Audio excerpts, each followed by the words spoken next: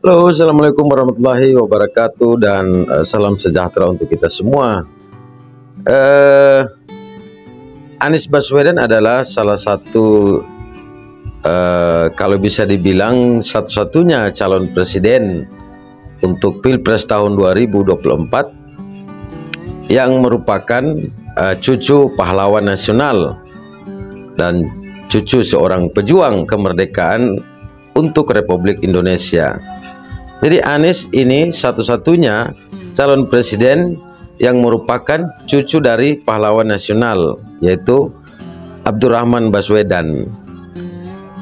Jadi perjuangan Abdurrahman Baswedan dalam memerdekakan Republik Indonesia itu tentu tidak main-main dan perjuangan yang cukup melelahkan dan bertaruh harta dan nyawa.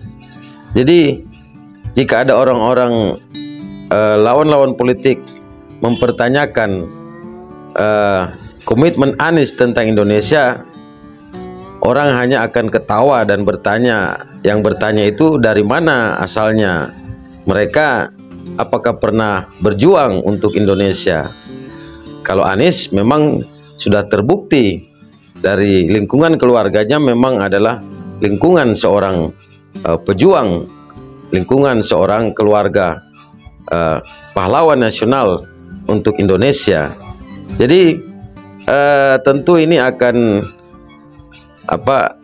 lucu jika lawan-lawan politik Anies menggoreng isu-isu propaganda hitam untuk menjelekkan Anies, ya, karena semua orang tahu Anies adalah cucu pejuang dan cucu pahlawan nasional.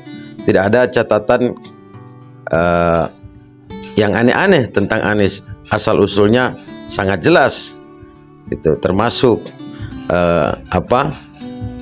ijazah dari Anies Baswedan.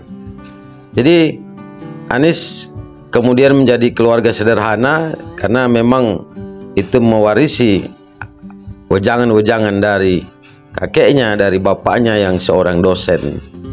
Jadi kita patut berbangga hari ini karena cucu seorang pahlawan nasional mau menjadi calon presiden untuk melanjutkan cita-cita dari bangsa Indonesia, cita-cita dari Republik Indonesia, cita-cita dan harapan dari para pejuang kemerdekaan Republik Indonesia. Jadi Anies merupakan satu-satunya calon presiden yang berasal dari cucu pahlawan nasional, pejuang kemerdekaan Indonesia.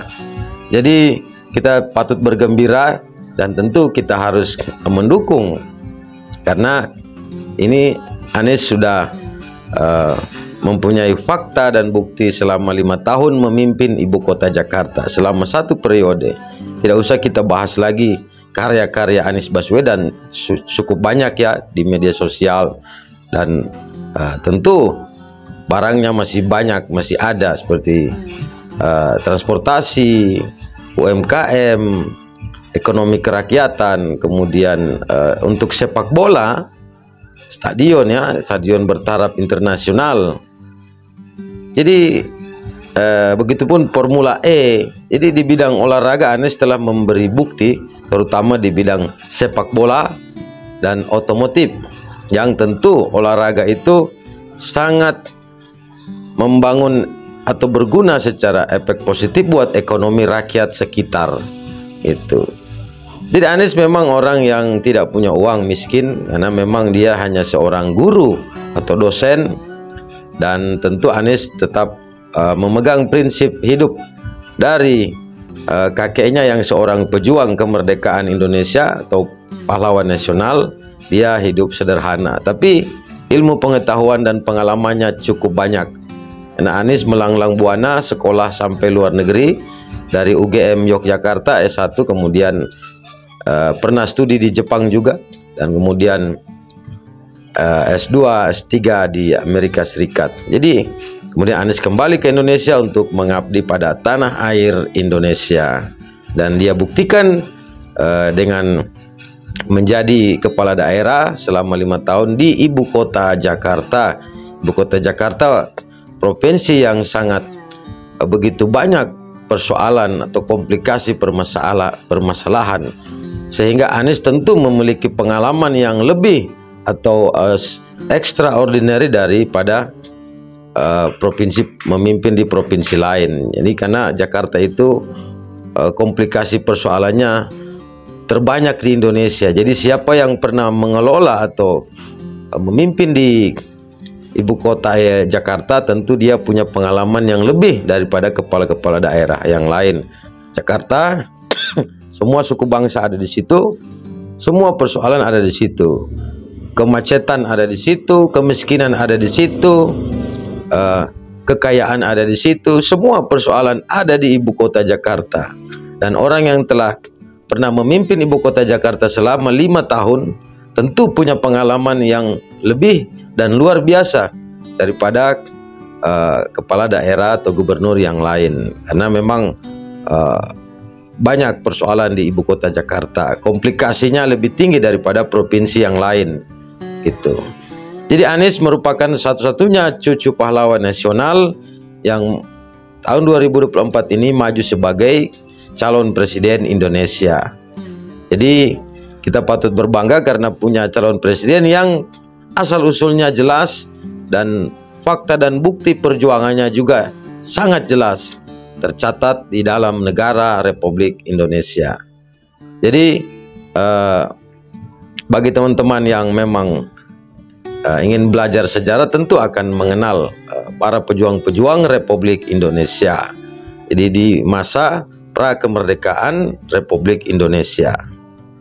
Oke teman-teman, sekian dulu pembahasan kita kali ini dan kita lanjut pada sesi berikutnya. Assalamualaikum warahmatullahi wabarakatuh dan selamat pagi, dan jangan lupa ngopi mas bro, dan teruslah bergembira, politik gembira. Jangan politik kita 2024 ini penuh dengan horor, karena horor dalam politik itu hanya politik gaya komunis. Kita bukan negara komunis, tapi kita negara Kesatuan Republik Indonesia yang berdasarkan Pancasila dan Undang-Undang Dasar 1945. Itu adalah sesuai kesepakatan daripada Founding Fathers, pejuang-pejuang Republik Indonesia. Assalamualaikum warahmatullahi wabarakatuh. Salam Indonesia Merdeka.